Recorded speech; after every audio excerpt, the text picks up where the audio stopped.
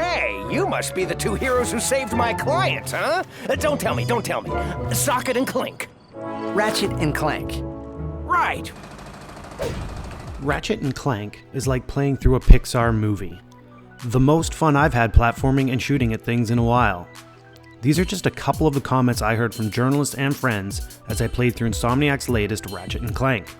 Lofty praise for a game that technically has two things counting against it: the dreaded movie tie-in and the oft-used and abused remaster designation.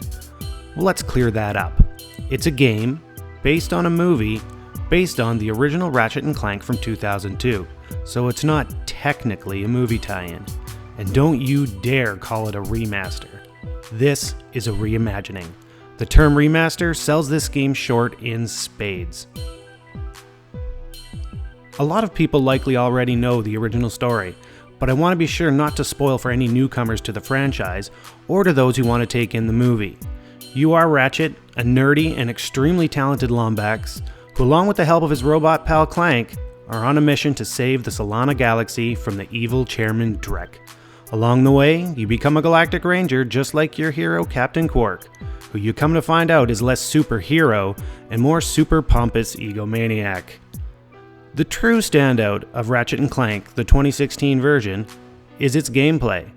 As you progress through the game, you'll find that Insomniac has given you a liberal amount of weapons with which to cause chaos. Alongside these weapons is what I would consider a very robust upgrade system, where you use raritanium to power up your weapons and gadgets a little bit at a time. Inflict damage with said weapons, and more upgrade paths will appear for these weapons as they increase in level. It's a very fluid system, and the only thing holding it down is that you'll want to use them all at once. Standouts include the return of the dance party-inducing Groovatron and the Pixelizer, which does exactly what you think it would. It's wonderful. A couple of forced flying moments were less than stellar, only because the flying felt very awkward, very stiff. This isn't where the game shines, but it's also not really where the game was focused. They're brief and serve only as a segue to the next part of the story. One of the more fun aspects of Ratchet & Clank is the holo cards that you can collect.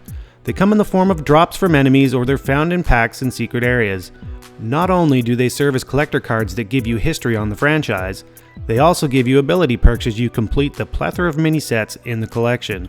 A small yet addicting addition for the completionist in all of us. High marks are to be given to Insomniac for their presentation, from the visuals department right through to the audio.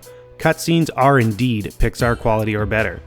Ratchet & Clank very likely has the most colorful palette of any game we've seen yet on the PS4, and while there's a fairly liberal dousing of motion blur when the action gets hectic, you can rest assured that it doesn't take away from how stunning this game is.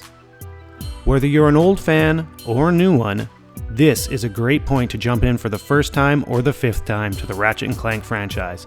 Insomniac has not only reinvigorated a fan favorite, but they've done it in their signature style. Ratchet & Clank looks great, plays better, and is a genuine can't-miss experience on your PlayStation 4.